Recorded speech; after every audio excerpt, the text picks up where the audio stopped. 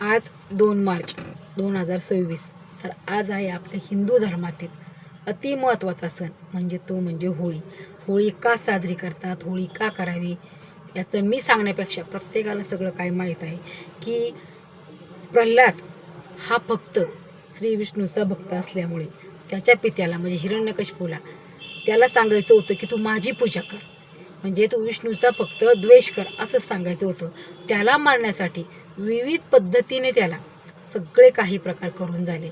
शेवटचा म्हणून त्याने आपली बहीण होलिका हिला सांगितले की तू याला मांडीवर घेऊन बस आणि मी अग्नी लावतो, हा भस्म होऊन जाईल आणि तू तशीच राहशील.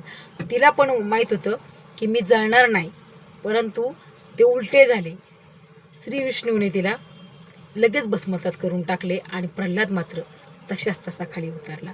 म्हणजे याच्यावर एकच तात्पर्य यायचं की वाईटाचा अंत हा नेहमी होत असतो, फक्त त्याला वेळ आणि काळ यायला लागते. आणि सत्य कितीही लपलं तरी पण ते समोर आल्याशिवाय कधीच राहत नाही. म्हणून सत्याने आणि नीतीने नेहमी वागा. आणि आज 2 मार्च 2026ला आज होळी आहे.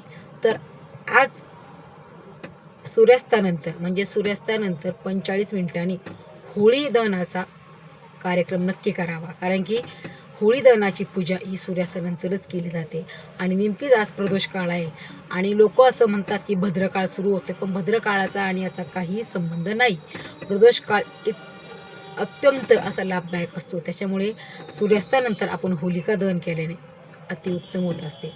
आणि त्याच्यामध्ये आपण होळी पेटवायच्या आधीच आपण त्याची पूजा अर्चा नेहमी करावी आणि नंतर त्याच्यामध्ये तिला पोळीचा नैवेद्य दाखवावा, श्रीफळ अर्पण करावे आणि होळीमध्ये तूप तर अवश्य टाकावे आणि 3 प्रदक्षिणा घालून तिला नमस्कार करावा आणि आपलं आसन नसन दुःख सगळं काही त्यात अर्पण करून सुखाचे दिवस येऊ दे असंच मानावे. म्हणजे सगळं म्हणण्यापेक्षा तुम्ही फक्त एकच आशीर्वाद मागा, आरोग्यम धनसंपदा. या 3 शब्दामध्ये सगळं काही येतं. एवढाच आशीर्वाद फक्त आपण होलिकेला मागायचा आणि होलिका दहन करायचं. आणि आपल्या हिंदू धर्मामध्ये याला आपण शिमगासुद्धा म्हणतो की नाही, शिमगा. आणि याच्यामध्ये लहान लहान मुलं असतात ना, ते बोंबा मारतात ना, म्हणजे होलिकेला आपण बोंबासुद्धा मारतो, ते बी खेडेगावामध्ये. सिटी एरियामध्ये असं चालत नाही. तर होली दहन नक्की करा, होलीची पूजा करा आणि मेन म्हणजे नैवेद्य त्याला पुरणपोळीचाच लागतो, कुठलाही नाही. म्हणजे एक म्हणस आहे बघा, आली रे आली होळी पुरणाची पोळी, बरोबर आहे की नाही. म्हणून नैवेद्य नक्की दाखवा आणि आपले सणवार हे नक्की साजरे करा, कारण आता आपली भारतीय संस्कृतीशी लोप पावत चालली आहे. तर आपले सण आपल्या पुढील पिढ्यांना कळावेत म्हणून तरी साजरे करा आणि त्यांना प्रत्येक सणाचं महत्त्व समजून सांगा. कारण आपण जर त्यांना महत्त्व समजून सांगितले नाही ना, ते आपल्याला कदाचित म्हणू शकतात की होळी म्हणजे काय होतं आणि होळीमध्ये आपण काय काय टाकत होतो.